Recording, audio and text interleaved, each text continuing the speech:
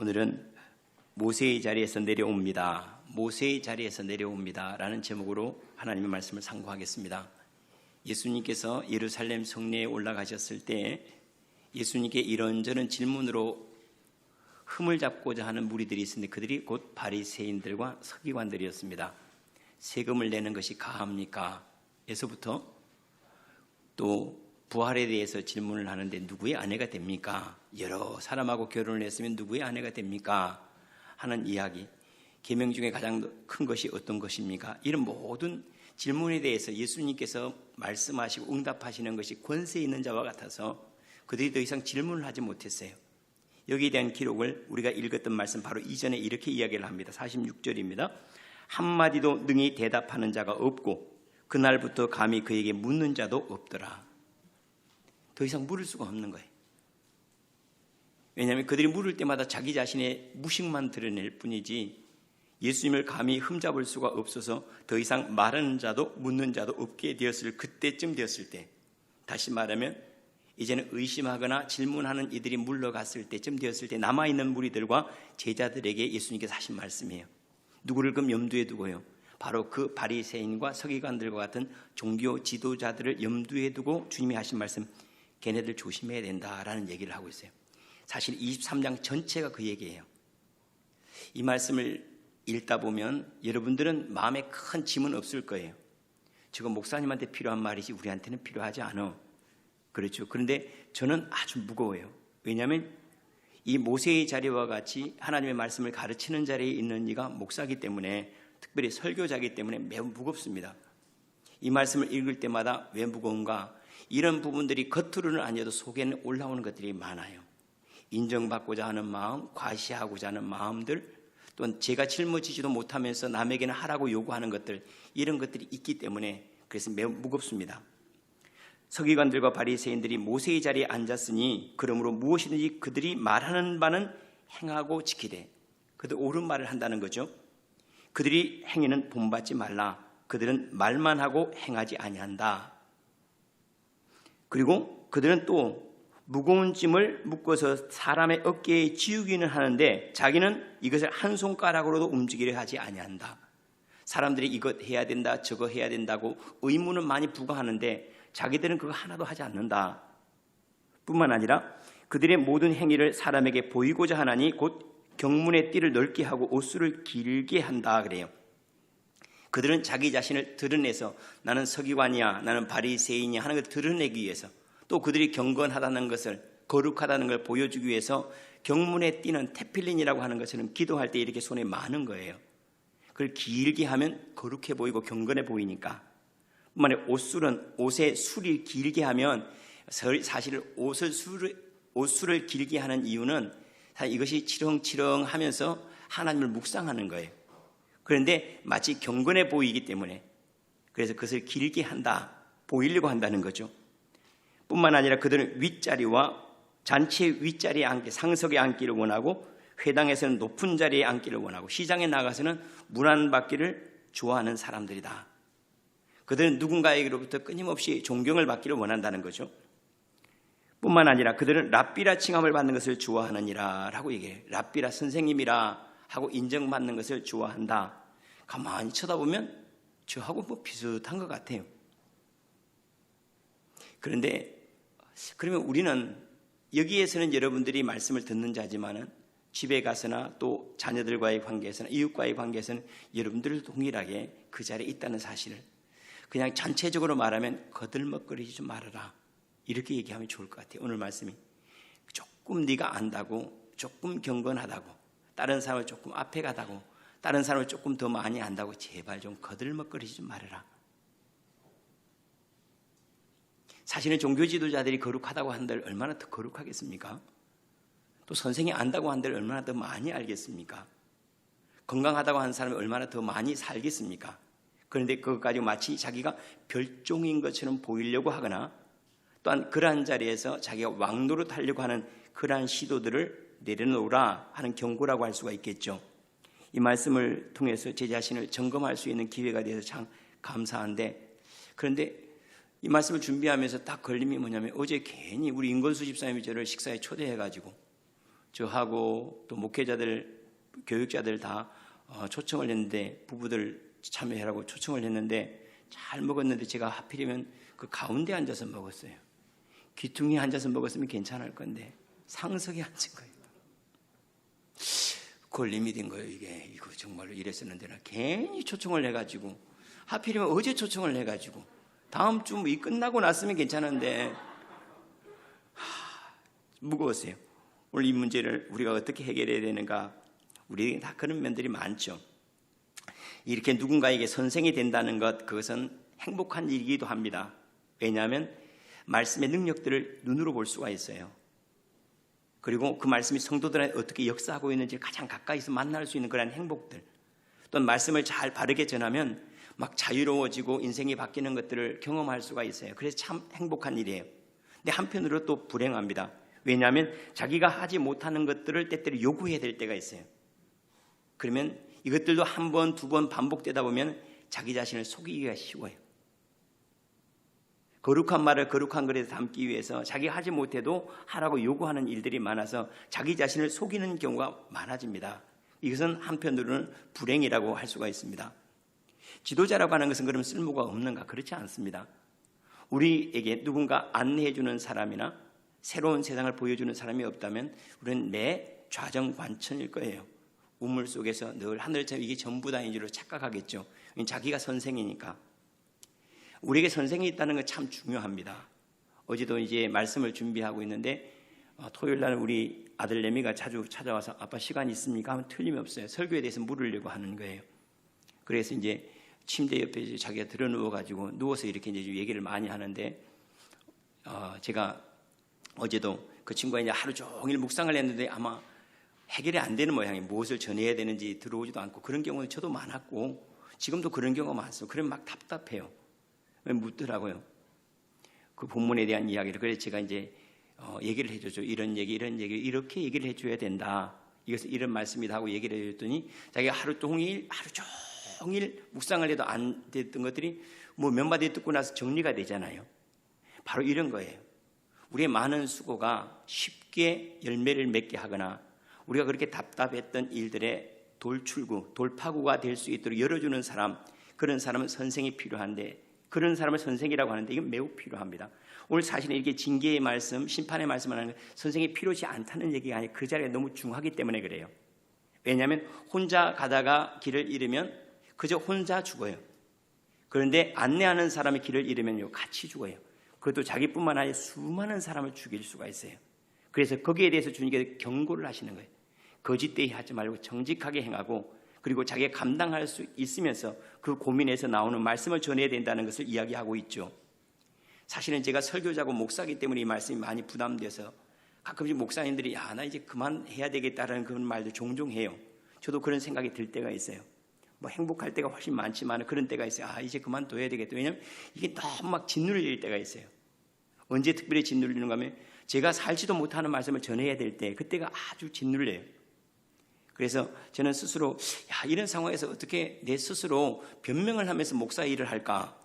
그래서 나는 가이드 목회를 하면 좋겠다. 늘 그런 생각을 해요. 가이드 목회는 뭐냐면 제가 한 발자국만 앞서가면 돼요. 다 몰라도 괜찮아요.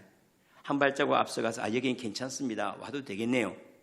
제가 이렇게 하니까 성령께서 저를 만지십니다. 이렇게 한번 해보십시오. 말씀이 이렇게 받아들여질 때 이 말씀이 저를 자유롭게 합니다.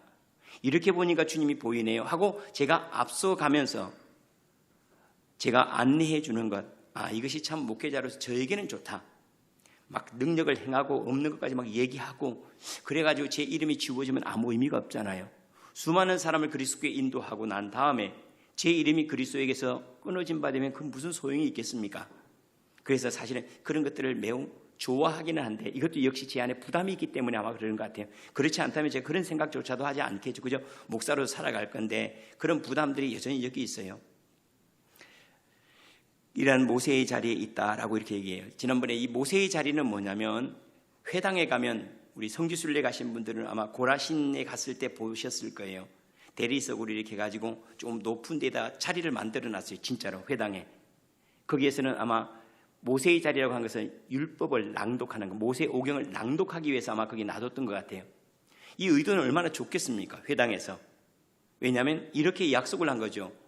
여기에서 모세오경을 읽어주면 누가 읽든지 이 이야기는 저 사람 얘기가 아니라 모세 이야기이므로 우리가 모세의 말씀으로 들읍시다, 하나님의 말씀으로 들읍시다 하는 그러한 의도로 원래 모세의 자리를 만들어 놨겠죠.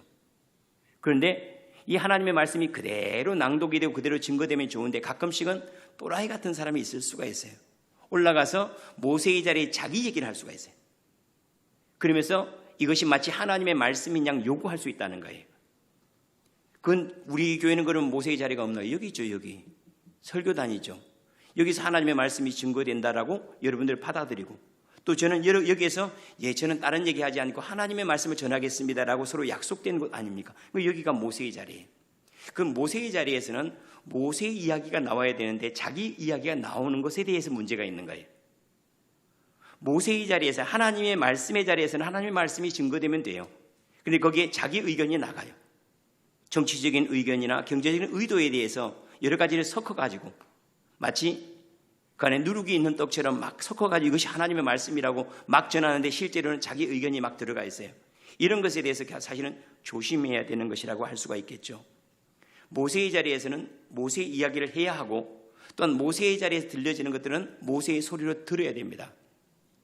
설교자는 여기에서 자기 의견이 아니라 주님의 구원과 주께서 행하시는 일들을 이야기하고, 성도들은 여기에서 흘러나오는 것들이 서범석 목사의 말이 아니라 우리 주님께서 이루신 주님의 일로 받아들여질 때 그때 여기에서 구원이 일어나는 거 아니겠습니까? 사실은 이러한 좋은 의도로 시작이 되는 거예요. 교회도 마찬가지죠. 가끔씩 이것이 잘 유지가 되면 좋은데 사실은 자기가 알지도 못하는 말을 이야기해낸다거나, 또는 자기는 짊어질 수도 없는 이야기를 성도에게 짊어지게 한다거나 하는 그러한 일들이 있다가 보니까 이것이 하나님의 말씀인 것 같기도 하고 자기 얘기인 것 같기도 하고, 거기다가 섞어서 자기가 원하는 세상이나 교회를 만들려고 잘못 이야기를 전하는 것 같기도 하고, 여기 이제 혼란이 생기는 거죠. 이 일에 대해서 우리가 좀 조심해야 될 필요가 있습니다.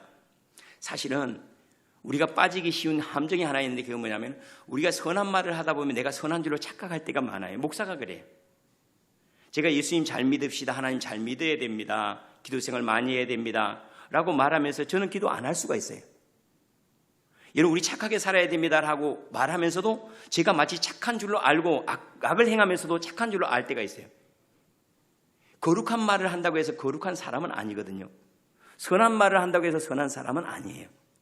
이걸 구별하지 못하면 그러면 자기 스스로에 대해 선생이 되지 못하는 바 되기 때문에, 목사는 먼저는 자기 말에 대해서 자기가 먼저 선생이 되어야 하잖아요.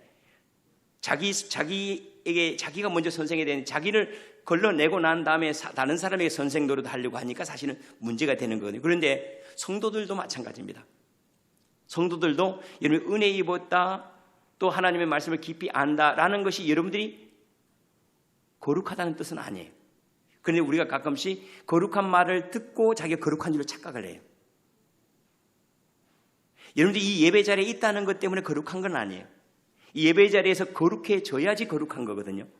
내가 은혜를 입었다고 해서 거룩한 게 아니라 그 은혜가 내 가운데 그대로 삶이 되고 능력으로 나타날 때 거룩함이 되는 거거든요. 그런데 말하는 사람도 자기를 속이기 쉽고 듣는 사람도 속이기가 쉬워요. 여러분, 그건 쉽죠. 행복한 이야기를 들으면 여러분 괜히 행복한 느낌을 받죠. 그 행복한 느낌이 여러분들이 행복한 사람이 됐다는 건 아니에요. 잠깐 맛을 봤다는 뜻이에요. 제가 하나님의 말씀을 전할 때 제가 막 거룩해진 것 같아요. 맞아요. 거룩하면 맛을 본 것이 거룩해진 게 아니에요. 이런 것에 대해서 우리가 오해해서는 안 됩니다. 그래서 주님께서 그들은 모세의 자리에서 모세의 말을 할 줄은 알지만은 행함이 없다. 말은 듣고 그들의 행위는 본받지 말라 하고 주님이 말씀을 하세요. 그들이 말하는 것은 옳을 수가 있으니 그들이 말은 들으라. 그러나 그들의 행위는 본받지 말라. 참 말한다는 건 참 중요한데, 사실은 하나님 앞에 섰을 때 가장 재판받는 시간이 길 사람이 누구냐면 말 많이 하는 사람이에요. 그럼 서범석 목사죠. 우리 교회에서는 저 사람 입을 열면 계속 말을 하고 새벽부터 저녁까지 말을 하고, 그것도 모자라요. 성도를 만나면 또 말하고 끊임없이. 그런데 주님께서 우리가 말하는 것으로 심판을 받으리라고 말씀을 하셨거든요. 마태복음 12장 37절 말씀에 내 말로 의롭다함을 받고 내 말로 정죄함을 받으리라. 나는 네가 말하는 곳은 너를 달아볼게, 그 말이. 그런 것 보면 말하지 않는 사람이 주님 앞에 섰을 때 제일 자유로울 것 같아요. 왜냐하면 별로 말을 안 했으니까 평가받을 게 별로 없는 거예요.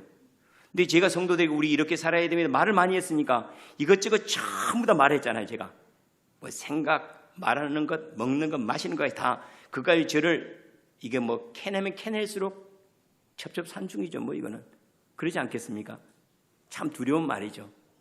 그래서 먼저 하는 말로 나를 평가받는 것, 내가 스스로 나를 평가하는 말이 되지 않냐면 우리 스스로가 그 말에 올무가 될 수 있는 까닭에 주님께서 그들의 말은 듣지만 행위는 본받지 말라 하고 경고하시는 말씀이라고 할 수가 있겠죠. 자, 그러면 제가 목사지 않습니까? 그러면 목사는 자기가 하는 것만 설교를 하고 자기 하지 못하는 것 설교를 안 해야 되는가? 그 문제는 가정으로 가서 대답을 찾으면 돼요. 자, 내가 공부를 안 했다, 내가 게을렀다면 우리 자식들이 공부하라는 말을 못합니까? 부모가 할 수 있는 만큼만, 내가 했던 것만큼만 자식들이 하라고 얘기를 합니까? 하지 못한 것도 하라고 얘기합니까? 그건 너무나 분명해요. 하지 못한 것도 하라고 요구를 해요, 아이들에게. 대신에 왜 이 요구를 하는가 하면 나는 이것을 하지 못한 것에 대한 아픔을 알아요. 이것을 하지 못한 것에 대해서 얼마나 불행한 인생이 되었는지를 내가 경험했어요. 그래서 나는 내가 이렇게 안 살았으면 좋겠다라고 하면 뭐죠? 자기 고민이 들어가 있어요. 자기 고민이. 자기 고민이 들어가 있지 않는다면 그러면 자기 스스로를 속이는 말이죠. 자식들에게서. 자식들이 우리에게 엄마 공부 열심히 했어요? 그러면 미안하다. 이렇게 할 수는 없잖아요. 야 이년아, 내가 요즘에 딸이 많아서 그래요. 야, 내가 공부를 못해서 내가 인생이 이래서 나는 네가 좀 잘 됐으면 싶어서 내가 너무나 마음이 아파서 내가 공부를 못하고 내가 인생을 대충 살았어도 내가 행복하다면 왜 너한테 이러겠냐. 너무나 아프고 힘들어서 나는 네가 그런 인생 안 살았으면 좋을 것 같아서 내가 너에게 이 말을 하는 거야 라는 자기 고민. 설교자가 이러한 자기 고민이 없다면 죄송합니다. 사실은 제가 기도 생활을 제대로 하지 못해서 이런 아픔들이 있고 이런 은혜를 누리지 못하는 부분이 있습니다 라는 그런 자기 고민이 없이 설교를 한다면 이것은 말 그대로 자기를 속일 뿐만 아니라 성도들을 속이는 꼴이 된다는 얘기예요. 제가 그래서 우리 목사님들을 만나면 그런 얘기를 많이 합니다. 우리는 자기 폭로하는 설교를 많이 해야 됩니다. 자폭 설교예요. 자폭 설교. 자기를 폭로하는 설교를 많이 해야 됩니다. 그 얘기는 뭐냐 하면 내가 고민하고 내가 정말로 그것 가지고 씨름했더니 이것이 참 어렵고 이렇게 해야 되는 것 같아요 라는 자기 삶이 배어있는 것, 살지 못해도 최소한 자기의 삶이 배어있는, 고민이 배어있는 설교를 해야 됩니다 라는 얘기를 주로 제가 많이 해요. 그랬더니 또 가끔씩 오해를 하신 분들이 자기 얘기를 많이 해야 되는 거예요. 자기 새끼 얘기는 많이 하고 자기 집 얘기나 많이 하는 게 자폭하는 설교인지 착각을 해요. 그게 아니고 그 말씀을 고민해보라는 거예요. 살아보고 고민해보고 되든지 안 되든지, 안 되면 내 자신의 부족한 부분이 뭔지를 고백할 줄 알고, 그리고 그 성도들에게 우리가 이렇게 살아야 됩니다라고 말하면 내가 살지는 못하더라도 내가 살지 못하는 안타까움 때문에 말하는 그 말에는 진실이 담겨 있는 거고 그 가운데 말씀은 역사하는 거예요. 그런데 이러한 모습들이 전혀 없이 그들이 행함이 없다는 것은 전혀 남이 지켜야 될 말로 여기지 내가 지켜야 되거나 내가 가야 될 말로 여기지 않고 말하는 그들을 조심하라 하고 이렇게 주님께서 경고를 하고 있습니다. 그들은 또한 어떻게 하는가? 무거운 짐을 무고 사람들의 어깨에 지우지만은 자기는 이것을 한 손가락으로 움직이려 하지 않는다. 하나님의 말씀을 통해 여러분들이 짐을 지워주죠. 저도 여러분들이 짐을 지워주지 않습니까? 기도를 해야 됩니다. 전도를 해야 됩니다. 뭐 해야 됩니다. 해야 됩니다. 해야 됩니다 하는데, 그런데 가장 중요한 진리의 말씀은 자유롭게 하는 것이 첫 번째예요. 짐을 덜어주는 것이 말씀이에요. 인생에 많은 마음의 무거운 짐들이 있죠. 그것이 마음의 무거운 짐은 삶의 무거운 짐이에요. 마음의 무거운 짐은 마음으로 남지 않습니다. 많은 사람이 오해를 하더라고요. 내 마음의 무거운 짐들은 삶의 무거운 짐이 돼버려요. 생각은 행동을 결정하고 행동은 인생을 결정해버려요. 그래서 생각이 바뀌면 마음이 바뀌면 행동이 바뀌고 행동이 바뀌면 삶이 바뀌는 게 맞아요. 그런데 예수님께 그런 말씀을 하셨죠. 내 멍에를 메고 나를 따르라. 내 멍에는 쉽고 가벼움이라. 수고하고 무거운 짐진 자들아 다 내게로 오라. 내가 너희를 쉬게 한다 그래요. 다시 말하면 주님의 말씀을 바르게 받고 바르게 들었으면 짐이 가벼워져야 되거든요. 뿐만 아니라 진리를 알지니 진리가 너희를 자유롭게 하리라. 또한 진리의 영이신 성령께서 주는 영이시니 주의 영이 계신 곳에는 뭐라고요? 자유함이 있느니라. 그러니까 주님을 바르게 만나고 그 말씀이 바르게 역사하면 그것은 우리를 자유롭게 하는 영이 되는 거예요. 그래 무거운 짐이 가벼워져야 되는데 이 말씀을 가만히 묵상하면서 제가 전하는 이 말씀들이 하나님의 말씀들이 성도들에게 짐을 지워주는가 자유롭게 되는가 하는 것들을 점검해 봤죠. 그것은 제가 점검한다고 될 일은 아니고 여러분들이 느끼는 바가 사실은 그거겠죠. 하나님의 말씀을 통해서 내가 무겁게 여겼던 그 죄의 무게는 이제 은혜의 무게가 되어버렸어요. 참 감사하죠. 내가 지금까지 가지고 왔던 이 정욕의 무게들이 얼마나 많습니까? 우리 힘들게 하는 이 정욕의 문제가, 그 정욕의 문제가 우리 주님을 찾아가는 열정이 됐어요. 이것이 바로 변화의 능력들이죠. 하나님 말씀으로 말미암아 자유롭게 되고 삶을 보는 관점이 많이 달라졌죠. 전에는 선한 사람, 악한 사람으로 많이 봤어요. 그런데 이제는 주님을 만나고 난 다음에 세상 사람들이 선하다, 악하다가 아니라 내가 도와줘야 될 사람과 도움을 받아야 될 사람, 다시 말하면 사랑의 교제가 이루어지고 있다는 사실로 보게 되는 거죠. 이처럼 하나님의 말씀은 우리를 자유롭게 해야 돼. 자유롭게. 삶의 무거운 모든 짐들, 마음의 짐들을 풀어놓아 헤쳐 가만히 보니까 이것은 화인 줄 알았는데 복이었구나. 우리가 화인 줄 알았던데 지금 복이 된 것 중에 하나가 지금 마스크예요. 마스크. 그죠? 우리 마스크가 왜 우리에게는 익숙하죠? 황사 때문에. 중국 날마다 욕하면서 우린 날마다 욕하면서 이거 늘 했잖아요. 그랬더니 저는 의약 외약품이라고 그런가요? 그걸로 지정된 국가가 우리나라밖에 없다네. 또 마스크를 그래서 잘 만든다네. 또 저는 KF라고 하는 것이 코리안 필터라는지도 몰랐어요. 뭐 KS 마크 뭐 비슷한 줄 코리안 필터래요. 그게 94, 95 이렇게 나온다고 그러네. 우리는 황사에 대해서 그것이 그냥 마냥 좋지 않은 것으로 여겼는데 지금은 이 기술이 상당히 고급진 기술이 돼가지고 우리도 지켜주고 세상에서 최고가 하는, 세계에서 최고가 하는 이 마스크가 된 거예요. 지난번에 어느 기사에 보니까 미국에서 이 마스크 하나 쓰고 자랑하고 싶어서 마트에 가가지고 이거 하고 막 다니면서 사진 찍고 막 그러더라고요. 우리의 삶에서 힘들고 버겁게 살아왔던 것들이 어느 순간에 주님의 은혜를 입고 나니까 이것이 화가 아니에요, 복이었구나. 내가 그렇게 지나왔던 그 사망의 음침한 골짜기가 나를 빚어냈던 풀무였구나. 그 가운데서 하나님은 나를 연단하시고 나를 깊이 있게 하셨구나 하는 것들로 바뀌어가게 하는 그 말씀이 나를 자유롭게 하고 가볍게 하는 말씀이에요.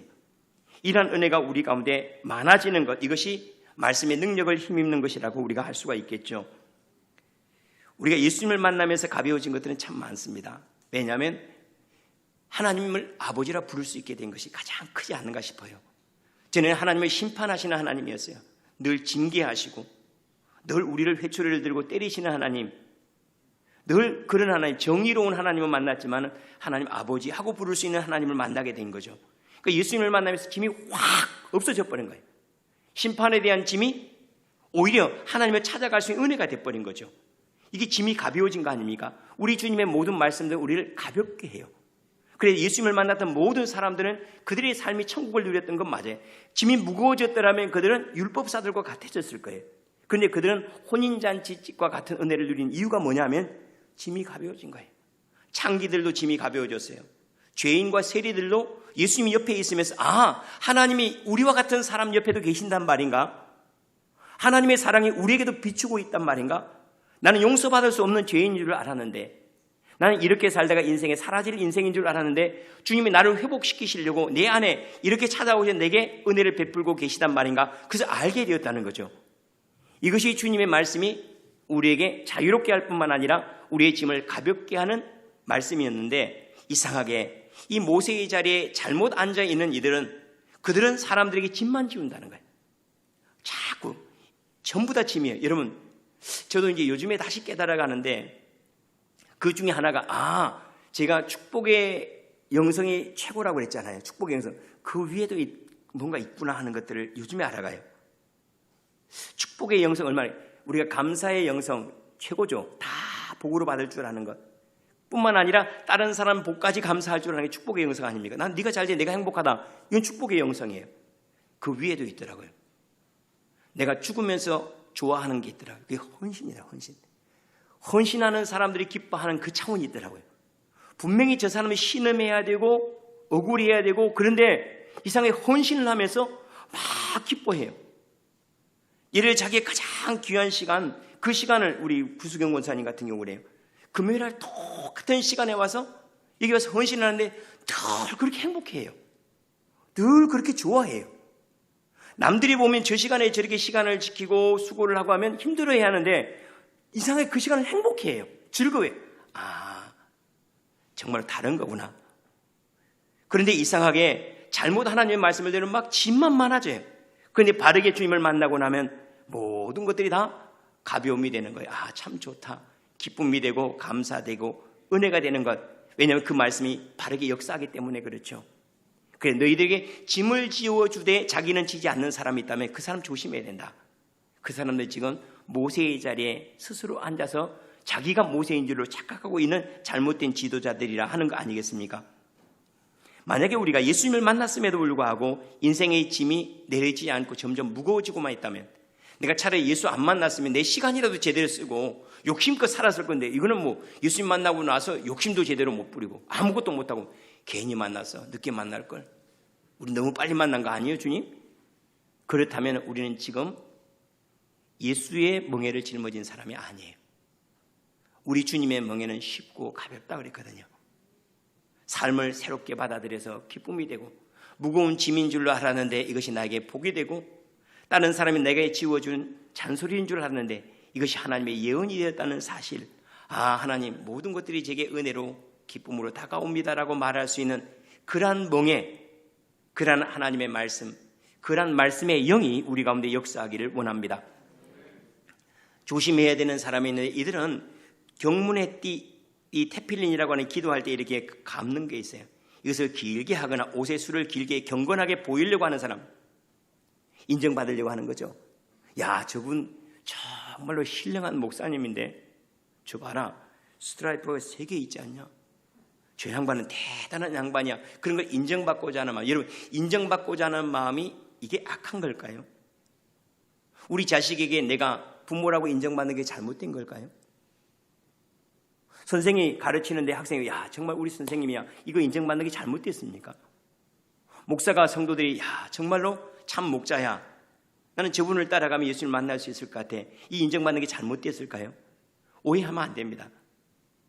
우리에게는 이 인정받고자 하는 마음이 주님 앞에 엎드리게 하고 겸손하게 만들어요. 인정받고자 하는 마음이 잘못된 것이 아니라 잘못 인정받고자 하려고 하는 것. 예를 들어서 한번 볼까요? 기술로 인정받아야 돼서 기술자는 기술로 인정을 받아야 하잖아요. 근데 기술은 쥐뿔도 없으면 학벌을 자랑한다면 그 사람이 기술로 인정받아야 될 자리에서 학벌로 인정을 받고자 하는, 이게 잘못된 거죠.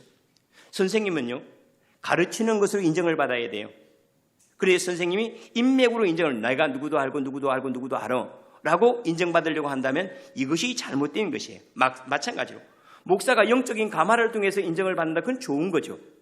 영적인 가마가 아니라 옷의 수를 길게 하거나 또는 거룩한 옷을 입거나 이것을 통해서 내가 인정을 받고자 하는 마음이 있다면 속을 숨기는 거죠. 그러니까 진짜는 하나도 없고 겉껍데기를 가지고 자기를 드러내고 인정받고자 하는 이 마음이에요.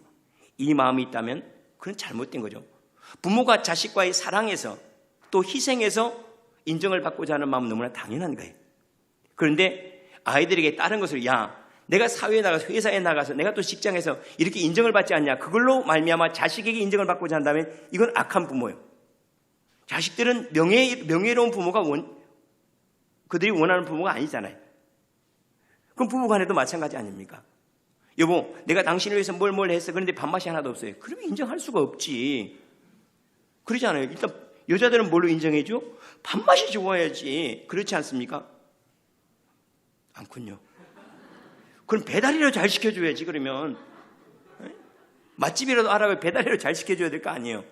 그런데 사람에게는 인정받고자 하는 마음이 다 있어요. 왜냐하면 그것 때문에 남편이 아내에게 잘해줘요. 아내가 남편에게 잘해줘요. 성도들이 또 목사가 서로에게 잘해줘요. 그것이 잘못된 것이 아니에요. 그것을 다른 것으로 대체하려고 했더니 경문의 띠를 길게 하고 옷수를 길게 하면서 그것으로 인정을 받으려고 하는 것, 그것이 잘못되었다는 거예요. 사랑으로 인정받아야 될 자리는 사랑을 해야 됩니다. 가르치는 것으로 인정받아야 될 사람은 가르치기를 잘해야 돼요. 목회자는요, 영적 가마를 통해서 인정을 받아야 되죠. 그거 외에 다른 것으로 인정을 받으려고 하는 것, 그것에 대해서 주님께 경고하시는 겁니다. 인정받고자 하는 마음, 이것은 우리에게 다 있지만 가만히 보면 이 인정받고자 하는 마음이 멈추지를 않더라고요. 5사람에게 인정을 받으면 10사람에게 인정받고 싶고, 우리 교회에서 인정을 받으면 이 지역에서 인정을 받기를 원하고, 내 자식에게 인정받으면 이웃에게도 인정을 받고 싶은 이런 마음이 멈추지는 않아요. 그래서 인정받고자 하는 마음을 우리를 자유롭게 하지를 않더라고요. 우리를 그럼 자유롭게 하는 것은요, 인정하는 마음이에요. 뭘 인정하는 거예요? 나를 인정해 내버리는 거예요. 제가 좀 부족합니다. 제가 말이 좀 어눌합니다. 제가 좀 욕심이 많습니다. 그런데 이상하게 제 자신을 인정할수록 자유로워져요. 인정을 받고자 하면요, 인정을 받고자 하는 사람들이 예속돼요. 제가 성도들에게 인정을 받고자 하면 여러분 눈치 다 봐야 돼요. 여러분들도 마찬가지예요. 누군가 친구에게 인정을 받고 친구 눈치 봐야 돼요. 이웃에게 인정을 받고 눈치를 봐야 돼요. 예속되어죠. 자꾸 인정을 받고자 하는 마음. 그런데 저를 인정해버렸어요. 저는 죄가 많아요. 부족해요. 하나님의 은혜 많이 필요합니다. 고집이 참 세요. 아무튼 아는 체 하는 것은 제 시골 말로는 안다니 촛병이라고 그랬는데 아무튼 그래요. 이걸 인정하고 나면요, 그럼 이상하게 자유로워요. 여러분, 회개가 왜 우리를 자유롭게 하는지 알죠? 회개라고 하는 것은 나를 인정해버리는 거예요. 이런 부분을 제가 못합니다. 이런 부분 제가 부족합니다. 그래서 좀 배우고 싶습니다 라고 말하는 순간부터 매우 자유로워요. 인정을 받고자 하는 사람은 예속되지만 인정해버리는 거예요. 자기뿐만 아니라 또 다른 사람 인정하면 줘요.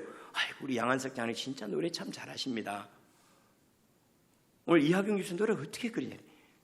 내가 저만큼 했으면 저는 목사, 난 노래해버린다 진짜. 그러니까 본인들이 목사 하는 건 틀림이 없죠. 너무 잘한 거예요. 저는 오늘 비로소 알았어요. 우리 교회 찬양대가 4사람이 기둥이라는 거 오늘 알았네. 다른 사람은 다 들러리였구만 보니까. 네, 할렐루야. 얼마나 감사해요. 그죠? 그런데 참, 이 인정받으려고 하는 마음이 늘 우리에게 있습니다.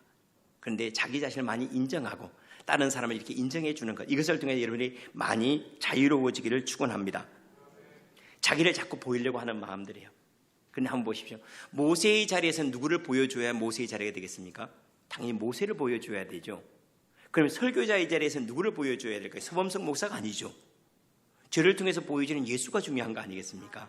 근데 많은 이들이 그런다는 거예요. 왜 너는 자꾸 너를 보이려고 하냐? 그 자리는 예수를 보이라고 세웠는데 그 말씀을 지금 하고 있는 거예요. 그 자리는 예수를 보이라고 세운 거야.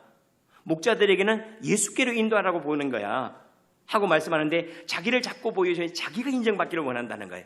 그 대신에 우리 안에는 복음이 인정받는 게 너무 중요한 거죠.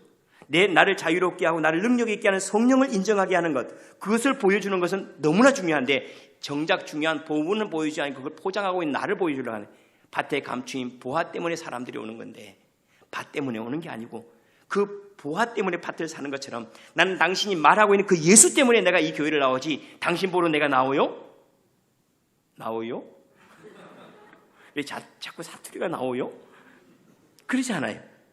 그런데 그러기가 쉽다는 거예요. 그러니까 목회자들에게 경고죠. 자꾸 너를 드러내려고 하지 말고, 너를 만나는 사람이 나는 예수님을 당신 안에서, 당신이 말씀드리는 예수가 좋아서 나는 그분이 나를 자유롭게 하고 당신이 얘기하는 그 예수 때문에 내가 구원을 받았다는 그 사실 때문에 내가 당신의 설교를 듣고 당신이 지금 목회하고 있는 교회에 나오는 겁니다. 내가 왜 이 목장이 좋은 줄 알아요? 나는 목자를 만날 때마다 예수님과 더 가까워져서 나는 이 목장 생활이 진짜 좋거든요. 난 당신을 만나서 즐거운, 당신 안에 있는 예수가 나를 바꾸고 변화시키는 그 능력 때문에 내가 정말로 좋아요라고 말할 수 있는 그런 목장들이 진짜 목장이죠. 회당도 마찬가지예요. 정말로 모세의 자리에서 모세가 보여주고 모세가 들려진다면 얼마나 자유롭고 힘있겠습니까? 설교도 마찬가지죠. 설교단에 예수가 보여지고 예수가 들려진다면, 그리고 그 예수로 말미암아 자유롭게 되는 은혜가 있다면, 거기에서 들려지는 건 진짜 복음이라면, 그러면 여기에 나오는 건 뭐하러 나옵니까? 당신 안에 있는 예수, 당신을 변화시키는 그 예수, 이 교회가 행복해하고 있는 바로 그 예수 때문에 내가 행복해지기 위해서 내가 여기를 다니고 있습니다라고 말할 수 있는 그런 믿음 삶이 저와 여러분이 있기를 축원합니다. 또 조심해야 될 것을 말씀하시기를, 그들은 잔치의 윗자리에 앉기를 원하고, 그리고 회당의 높은 자리, 그리고 시장에서는 인사받는 것을 참 좋아한다, 문안받는 것을 좋아한다 라고 이야기를 해요. 자, 그러면 한번 보세요. 높은 자리에 가지 말라고 하면, 제가 이제 성도들하고 식사할 때 어제 우리 임건수 집사님 초대해서 갔는데, 그 맨 끝자락에 제가 앉아가지고 이쪽으로 다 앉으세요. 교육전사님 맨 가운데 앉고 이렇게 앉으면 여러분들 쌩할 것 같지 않습니까? 교장 선생님이 아이들에게 훈화를 하는데 저 귀퉁에서 훈화를 해요. 그 얘기가 아니라는 얘기예요. 지금 이 말씀이 단순히 공간적 자리를 얘기하는 게 아니라는 거예요. 자, 한번 예를 들면 더 이게 실감이 안 나면, 자, 자식들하고 가족들이 식사를 하는데, 야, 우리는 가장 높은 사람이 낮은 자리에 앉아야 되니까 할아버지 할머니 저 끝에 앉으세요. 그리고 이제 갓 태어난 새끼를 이때 가운데 앉혀놓고, 이런 얘기는 아니죠, 분명히. 그러니까 이 공간적인 얘기를 착각하지 말라는 거예요. 이 얘기는 공간적인 얘기가 아닙니다. 이게 뭐냐면 높아지려고 하는 마음에 대한 이야기예요. 높아지려고 하는 마음. 우리에게 때때로 직분들이 있을 수가 있어요. 그런데 이 모든 것들은 우리를 높이려고 하나님께 주신 것이 아니라 우리를 통해서 다른 사람을 섬기려고 하셨다는 그 얘기를 하기 위해서 얘기한 거예요. 그 자리로 가라는 거예요. 섬길 수 있는 자리로 가라. 내가 무엇을 가져서 즐거운 것도 있죠. 그러나 주님께서 우리에게 요구하는 것은 내가 가진 것으로 다른 사람을 부욕해 할 때 다른 사람이 기뻐하는 것을 즐거워해라는 거예요. 내가 우리 네 분 진짜 노래를 너무 잘하는 것 같아. 어떻게 그래 노래를 잘할 수 있을까요? 난 노래 잘해. 혼자 백나가 노래 불러보세요. 종달 쎄도 박수 안 칠걸요? 그렇죠. 그런데 내 노래를 다른 사람을 행복하게 해줘요. 이것이 자기들의 기쁨이 되어야 되는 거죠. 내가 노래를 잘하는 것이 기쁨이 아니라 내 노래를 듣고 사람들이 행복하는 것으로 내가 행복할 수 있는 것. 내가 재물을 많이 가지고 있다는 것이 기쁨이 아니라 이 재물로 나누고 베풀 때 그 사람들이 행복해요. 그것으로 행복해 줄 수 있는 사람들. 내가 복음이 다른 사람은 내가 더 많이 깨달았어. 나는 다른 사람보다 더 주님을 깊이 만났어. 그것이 중요한 게 아니라 그것이 다른 사람이 흘러가 그가 그리스도를 만나는 즐거움으로 기뻐하고 자유로워지고 행복해하는 것, 그것으로 기뻐하게 하기 위해서 난 너를 불렀어. 너를 높여 다른 사람의 별종처럼, 야, 저 사람 우리하고 좀 달라. 저 사람은 우리가 알지 못하는 거 알아. 우리가 갖지 못하는 걸 가졌어. 이렇게 너를 별종처럼 높이기 위해서 준 게 아니라 너를 통해서 가장 말석에서 그 사람들을 살려서, 아, 우리가 이렇게 탁월한 존재인가? 그 사람들이 네 말을 듣고 그 자유로워지고 네 섬김을 받고 부요함과 존귀함을 얻을 수 있는 자리에 내가 그것을 즐거워하는 사람, 이런 사람을 내가 너를 불렀거든 하는 말씀이죠. 그러니까 선생들은 가지고 있는 지식이 아니라 자기 지식을 통해 제자들이 잘 되는 것을 참 좋다, 이것으로 즐거워해야 되는 거 아닙니까? 너무나 분명하죠. 자식들도 마찬가지요. 엄마 아빠가 아무리 잘해도 자식들이 아니면 아니에요. 그런데 이것을 통해 자식들이 더 잘 돼요. 그것 때문에 감사하는 거 아닙니까? 여러분, 진짜 부유한 자는 많이 가진 자가 아니라 그것을 통해 많이 행복하게 하는 자가 진짜 부유한 자라는 것. 진짜 아버지의 나라에서 높임을 받는 자는 많이 소유한 자가 아니라 그것을 통해서 많은 사람의 구원이 되고 섬김이 될 줄 아는 사람, 그 사람이 되어야 된다는 얘기를 오늘 말석으로, 윗자리로 가지 말고 말석으로 가는 거, 그들은 높은 자리를 원한다라고 경고하는 말씀이라고 할 수가 있습니다. 사실은 높고 낮은 자리가 어디 있어요? 사실은 그렇지 않습니까? 상석과 말석이 어디 있습니까? 옛날에는 강대상이 이렇게 해가지고 강대상이 제일 높은 자리에 있었어요. 그 높은 자리에, 요즘에는요 강대상이 거꾸로 되어 있어요. 전부 다 스타디움처럼 이렇게 쭉 올라가요. 강대상이 맨 밑에 있어요. 위에서 밑으로 쳐다보도록. 우리가 높다 낮다라고 우리가 얘기를 그렇게 하는 거지, 세상엔 높고 낮음의 자리가 하나도 없는 거예요. 그건 다 세상에 만들어 놓은 거예요. 여기는 1등, 2등, 3등, 4등, 이거는 수학 성적으로, 영어 성적으로, 국어 성적으로 만들어 놓은 자리지 그런 자리는 없어요. 저 사람은 더 높은 사람, 낮은, 높고 낮음이 어디 있어요? 그런 거 없다는 거예요. 괜히 높고 낮은 자리 만들어가지고 거기 올라가려고 힘쓰기보다는 차라리 내가 가지고 있는 거 가지고 사람들을 섬겨서 행복하게 해라. 행복하게. 나중에 우리가 주님 앞에 섰을 때, 그때 너 얼마나 가졌어? 너 얼마나 넓었어? 너가 사는 지역은 얼마나 좋았어? 그거 안 묻죠. 너를 통해서 누가 살아났냐? 너를 만나는 사람은 얼마나 행복해졌어? 너를 지나간 사람들은 지나가면서 더 행복하게 지나갔지, 그거 물으실걸요 아마. 야, 너는 그렇게 높은 자리에 앉았냐? 야, 그렇게 사랑을 받는 자리에 있어서 사랑을 받는다는 것은 사랑해야 될 의무를 얘기하는 거예요. 내가 무엇을 많이 가졌다 하는 것은 내가 베풀어야 될 의무가 있다는 것을 얘기하는 거예요. 내가 무엇보다 좀 많이 알고 있다, 그것은 누군가를 인도하고 자유롭게 해야 되는 의무가 있다는 것을 기억할 수 있기를 바랍니다. 그러면서 그들은 랍비라 칭함을 받는 것을 좋아한다 그래요. 선생님이라. 그런데 가만히 이게 함정이에요. 선생님이라 하는 그 선생님이라는 그것 때문에 인생이 전부 다 포기되어야 되는 것이 있어요. 목사라는 이유 때문에 다 포기하고 산다고 생각해요. 차라리 저는 목사를 내려놓고 자유롭게 살고 싶습니다. 여러분들 그러고 싶지 않습니까? 나는 우리 교회 장로 안 됐으면 좋겠어요. 장로 그냥 그것 때문에 내가 싹. 그런데 놀랍게도 남이 부르는 소리 그것에 얽매이고 사는 경우가 많아요. 남이 부르는 소리에 얽매이지 않기를 바랍니다. 랍비라 인정받기를 원해. 그래서 그것에 맞춰서 나를 막 가장하고 숨기 그럴 필요가 어디 있습니까? 요즘에 제가 우리 성도들이 감당이 안 될 옷을 입고 있는 것 같아요. 가끔씩은 그거 언제 샀어요? 10년 전에 샀어요. 10년 전에. 언제 15년 전에 샀어요. 그런데 그때는 제가 여행 갈 때만 입었던 거 요즘에는 그냥 자유롭게 살자고 막 수염도 일주일 동안 안 깎았다가 지금 제가 깎았어요. 왜 깎았냐? 감당이 안 된대요. 그래서 다시 또 내일부터는 또 길렀다가 또 소유를 깎으려고요. 그렇게 몇 번 반복하면 뭐 깎거나 안 깎거나 별로 제가 목사 때문에 수염 기르는 거에 포기하고 싶지는 않거든요. 그러면 당신이 자유로움이 다른 사람 눈치 안 보는 것이면 그냥 자유로움인가? 그러진 않아요. 너무 다른 사람에게 랍비라 인정 안 받고 살려고 하는 것도 덕이 안 되는 이유가 있죠. 왜냐하면 다른 사람에게 덕을 위해서 우리에게 뭐가 필요한지 알죠? 예가 필요한 거예요. 예의라고 하는 것은 내 덕이 다른 사람에게 방해받지 않고 흘러가게 하기 위해서 예라고 하는 게 있는 거예요. 예의라고 할 때 그 예라고 하는 것은 내가 가지고 있는 선함이 다른 사람에게 선하게 흘러가게 하는 것, 내가 가지고 있는 생명이 다른 사람에게 생명으로 흘러가게 하는 것, 이것이 예라고 하는 통로가 있을 때 막힘이 없는 거예요. 그러니까 이것도 많이 필요하죠. 그런데 그것을 듣고자 살지는 말라는 거예요. 랍비가 되는 것 참 좋고 선생이 되는 것 참 좋은데 그런 소리 듣고자 살지 말라는 거예요. 사장이라는 소리 듣고 싶어서 돈 벌지 마세요. 그냥 제가 불러드릴게요. 선생님이라고 하는 소리 듣고 싶어서 그렇게 인생 힘들게 살지 마세요. 제가 선생님 불러주기, 양 선생님. 근데 그런 이름 하나 듣고 이게 뭐죠? 이게 명예욕이죠, 명예욕.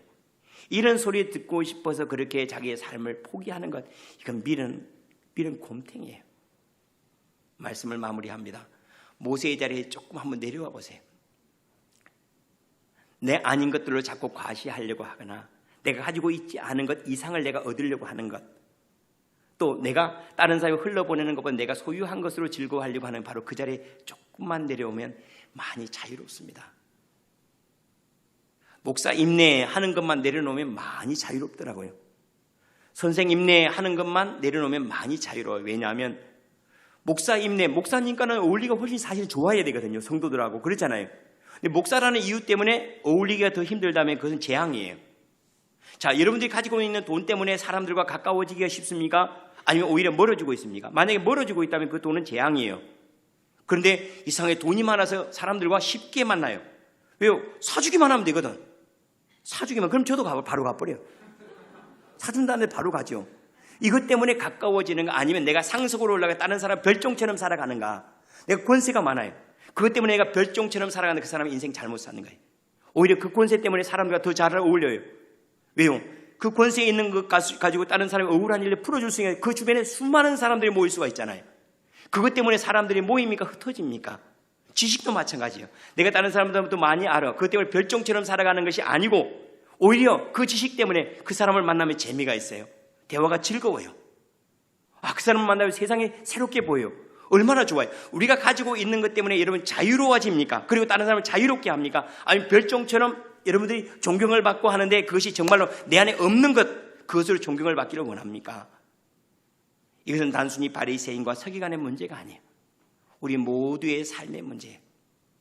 거들먹거리는 것 대신에 내가 뭐 좀 안다, 가끔씩 그런 거 조금 안다고 해가지고 막 제가 조금 물어보잖아요. 그러면 막 괜히 막 무시하는 것처럼 기분 나빠 죽겠어요. 여러분들이 저한테 왔을 때 말씀을 듣는데 막 제가 여러분들에게 장로님에 대해서 그것도 몰라요? 세상에 신앙생활 어떻게 그따위로 해가지고 그럼 기분 좋겠습니까? 양 선생님? 좋을 리가 없잖아요. 근데 제가 가끔 이제 다른 건 잘 모르니까 물어보잖아요. 이렇게 악보는 어떻게 뭘 어떻게 이렇게 하면 막 우리 성도는 아니겠죠. 우리 성도는 아닐 거라고 믿고 싶어요. 믿고 싶어요. 그렇게. 그런데 그런 일들은 막 그러잖아요. 거들먹거리. 목사가 괜히 자기가 목사임내고 거들먹거리는 거. 부자가 거들먹거리나 바리새인이 거들먹거리거나 서기관이 거들먹거리나 자기의 옷수를 길게 하는 것처럼 다른 것 가지고 거들먹거리지 말라는 거예요. 오히려 그것 때문에 더 자유로워져야 하잖아요.